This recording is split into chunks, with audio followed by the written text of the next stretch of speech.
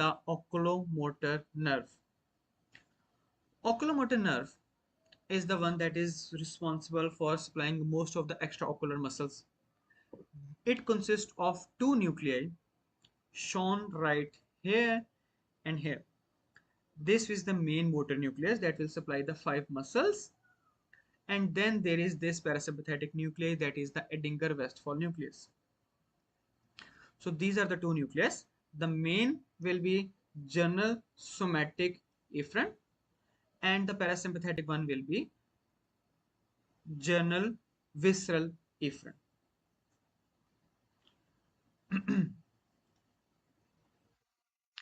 They will have different connections. It will have different inputs. The fibers of the main motor nucleus, it will have three inputs. It will have input from the cerebral cortex for the voluntary movements, from the visual eye fields of the movements. So there will be nuclear fibers, corticonuclear fiber.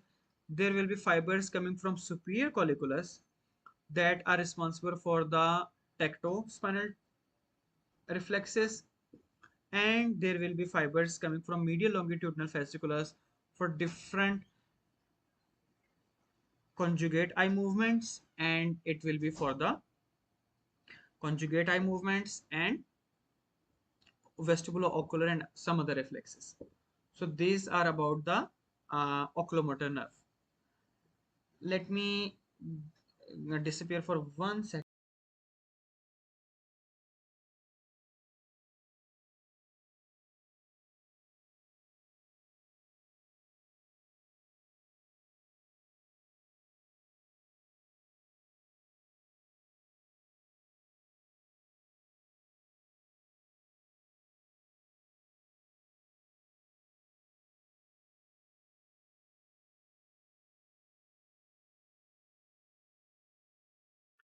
Okay, I'm back here. Let us continue. So these are the afferent fibers to this motor nucleus, and then there is,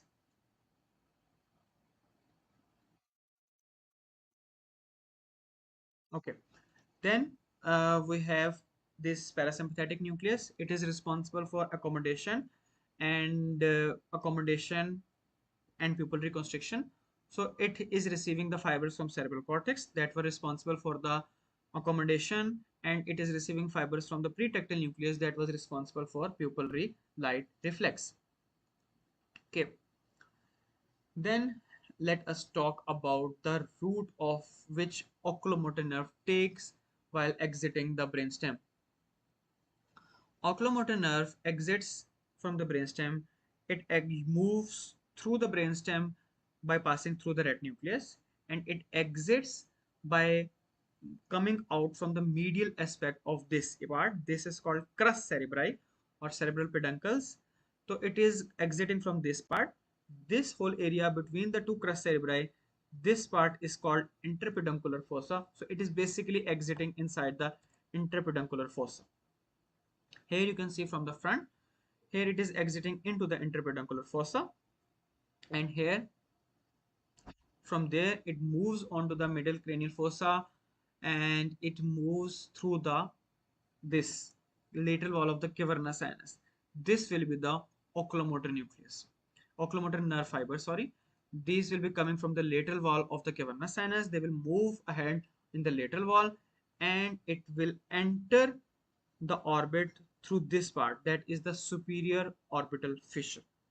Superior orbital fissure, it will enter there, and from there it will be divided into two parts, the superior division, the inferior division. One more thing before going into the orbit, this is an important MCQ that you are encountered with. Here oculomotor nerve is seen right here, this one. It is exiting from between the two arteries. It is exiting superior to the superior cerebellar and below the posterior cerebral arteries.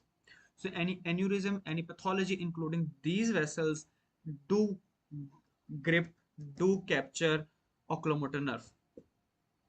Moving on, oculomotor nerve, as it enters the superior orbital fissure, it enters within this tendinous ring of Zen, common tendinous ring, and it does not enter as a single part. It enters as two divisions. There you will see inferior branch of oculomotor nerve and superior branch of oculomotor nerve. It enters independently.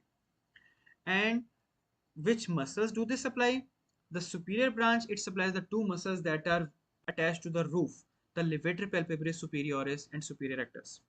And the rest of the three muscles will be supplied by the inferior division. And these will have both autonomic fibers. The inferior branch, it is related to the ciliary ganglion. So parasympathetic fibers are moving through the inferior branch to go to the ciliary ganglion. And we have discussed in the optic, like the nerves of the orbit, the superior branch do contain sympathetic fibers. They are coming from the plexus around the internal carotid artery, and it is the one that is responsible for maintaining the tone of the levator palpebrae superioris. So remember, S for superior. So the sympathetic branch is in branch sympathetic supply, and the parasympathetic is in the inferior branch. What are the functions of what are the functions of the oculomotor nerve? Oculomotor nerve had both sensory and motor components. Let me take a little break here. Okay, I think there is a little interruption.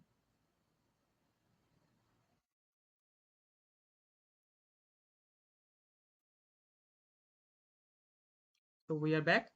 So the oculomotor nerve had two types of fibers: somatic fiber, with this is general somatic efferent fibers. These are the one responsible for all the five muscles. I will discuss with you all the functions. And then there is visceral fibers, parasympathetic fibers, general visceral efferent fibers that are responsible for two things: constriction of the pupil and accommodation by ciliary muscles. So I will discuss with you all of the muscle functions of these muscles that are basically responsible for lifting the upper eyelid, moving the eye up, down, and medially. The constrictor pupillary muscle is responsible for Miosis, pupillary constriction. Ciliary muscles are responsible for accommodation. This is the part of the table from the neurosnell that you will read. So I have put it here so that you can see something familiar that you are going to revise from. Okay, so I have done a little effort in making a few animations. So this nice lady will be helping us out to understand the different cranial nerve palsies, especially for the visual reflect for the extraocular muscles. So let us focus on her eyes. Let us talk about the cranial nerve third, oculomotor nerve palsy. Oculomotor nerve. Let us talk about one muscle at the time and the functions that are responsible for that.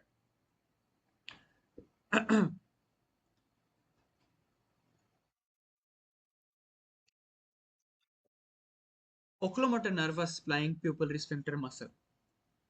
Pupillary sphincter was responsible for pupillary constriction. Even if it is not narrowing down your pupil, the all of the agonist antagonist muscles are working at the baseline level, cancelling each other out.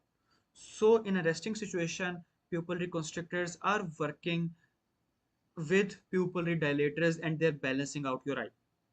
But in the case of the lesion, when the pupillary constriction is not occurring, there is no baseline signal for pupillary constriction, it will lead to pupillary dilatation.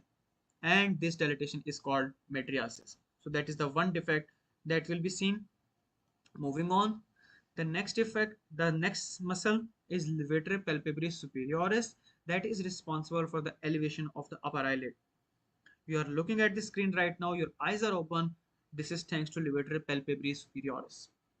If this is not occurring in case of oculomotor nerve palsy, eyelid will drop. Eyelid will droop, and this is called ptosis. Next, there is medial rectus. I have added this picture right here. This is how the person is seeing the image. Let us assume that he is looking at a tree right now. Medial rectus. In a normal situation, it is responsible for the adduction of the eye. This is movement of the eye medially. Again, even if you are not adducting, even if you are looking straight at the screen or looking at the tree, your adductor and abductor are cancelling each other out and they are making your eye stay there in the midline by cancelling each other out. If this is not working, the abductor will dominate and the eye will go laterally, and this is called lateral squint or lateral strabismus. The eye has moved laterally, and this will lead to you seeing the same image twice, diplopia. This is same image twice, diplopia. Then let us talk about superior rectus and inferior oblique. These both muscles are responsible for elevating of the eye. So both of the muscles that are responsible for elevating of the eye are put out of commission, and this will lead to depression of the eye. So this is the situation. This is the diplopia that is being generated. So this is all the effect that is being caused by the lesion of the oculomotor nerve.